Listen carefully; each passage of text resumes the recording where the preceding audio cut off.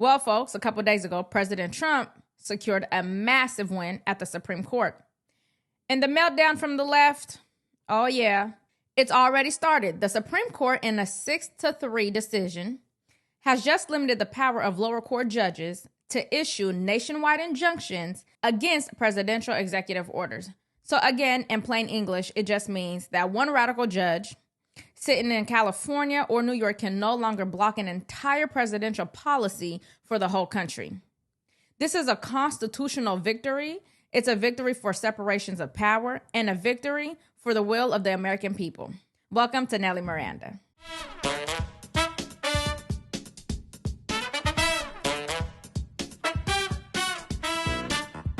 Well, these will be the Supreme Court's last rulings of this session before they go on a summer break. And one of the most anticipated decisions will address President Trump and injunctions on birthright citizenship. That's simply the idea that a child born on U.S. soil is automatically a U.S. citizen, even to parents of undocumented immigrants. President Trump says he wants to end that and sign an executive order blocking it. But challengers call that unconstitutional, arguing birthright is protected by the 14th Amendment.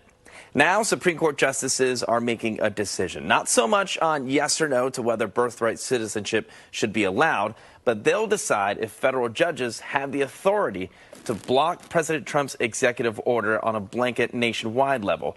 A constitutional law expert from Syracuse University helps explain Trump's side of the argument, essentially saying the courts can only speak case by case and cannot make a blanket nationwide injunction.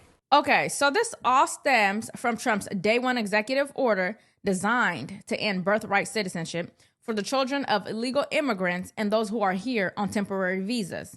No, it does not cancel the 14th Amendment, like the media loves to scream. It simply asks, should the children of people who broke our laws to enter the country automatically be handed U.S. citizenship just because they had a baby that was born on U.S. soil?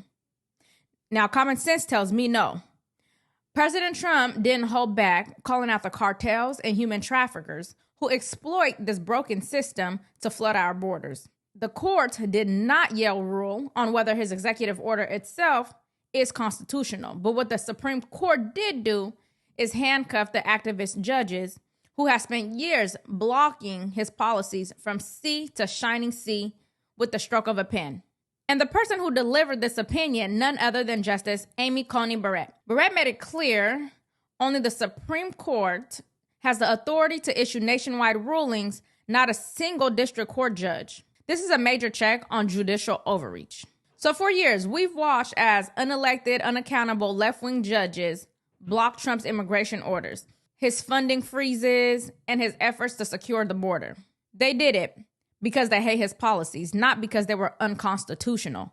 Trump said, quote, "A handful of radical left judges tried to overrule the rightful powers of the president. It was a grave threat to democracy." But make no mistake, the fight over birthright citizenship is far from over. The Supreme Court will take up the question next term, whether children born to illegal immigrants should automatically be granted citizenship. For those of you who don't know, the 14th Amendment, it was written after the Civil War to guarantee citizenship to freed slaves because, duh, after working here, being brought here against your will, working the lands and making America a rich country, that's the least that they can get is American citizenship. But that is a whole different topic and a whole different situation than me coming from my country illegally, coming here, and because I'm pregnant, I feel like I should deliver my baby here and they should be a citizenship.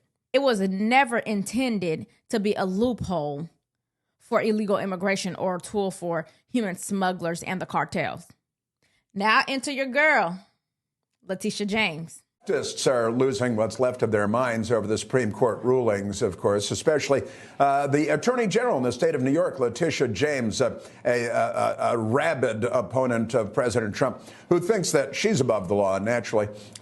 Listen, James reacting to the news of the writing is what we're all waiting for. I think this is this is not over.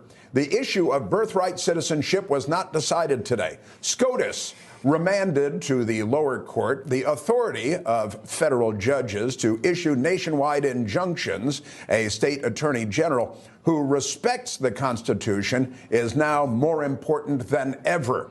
No, Tish, it is over. The Supreme Court ruled. The highest court ruled today in President Trump's favor, but pay no attention to that. On June 27th, Letitia James issues a statement from the AG office, and it reads, quote, "Today's decision is a profound and disappointing setback for the families who now face tremendous uncertainty and danger, for the millions of people who rely on the courts to protect their constitutional rights, and for the fundamental rule of law. Every child born on U.S. soil is a citizen of this country, no matter which state they are born in. This has been the law of the land for more than a century. This is not over. While I am confident that our case defending birthright citizenship will ultimately prevail, my heart breaks for the families whose lives may be upended by the uncertainty of this decision. My fellow attorneys general and I will continue to defend the Constitution and the common values that unite us." Listen, I am not sure what Letitia James is getting at, but we're either a nation of laws or we're not. Trump is right. Birthright citizenship in its current form is a magnet for illegal immigration. The cartels know this. The smugglers know it. The activists know it. And I've seen it done countless times. If you are confused about this, let me simplify it for you. Imagine you have your house. You let a visitor come in. Unknowingly, they're pregnant and give birth to a child while living at your house.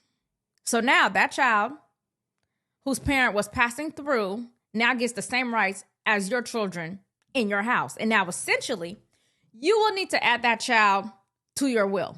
That's how I see it as. And as sad as the situation is for immigrant children born to parents who immigrated here illegally or came here on a visa and then gave birth to them, here, the bottom line is, I think that one parent should at least be either a U.S. citizen or a permanent resident in the U.S. in order for that child to be granted citizenship. But what do I know? I don't make the rules. I'm just speaking my opinion. Now, many countries do not allow this type of madness. So it's interesting why people feel like, how dare Trump try to end birthright citizenship for illegal immigrants? Overall, this ruling isn't about Trump. This is about whether the president you elect actually gets to govern the country he's elected in, or whether a single unelected, unaccountable judge can block the will of 75 million Americans from a tiny courtroom in San Francisco. The Constitution won this time. The American voters won this time. And the fight continues this fall. So let me ask you, do you agree with Trump? Should birthright citizenship for children of legal immigrants end?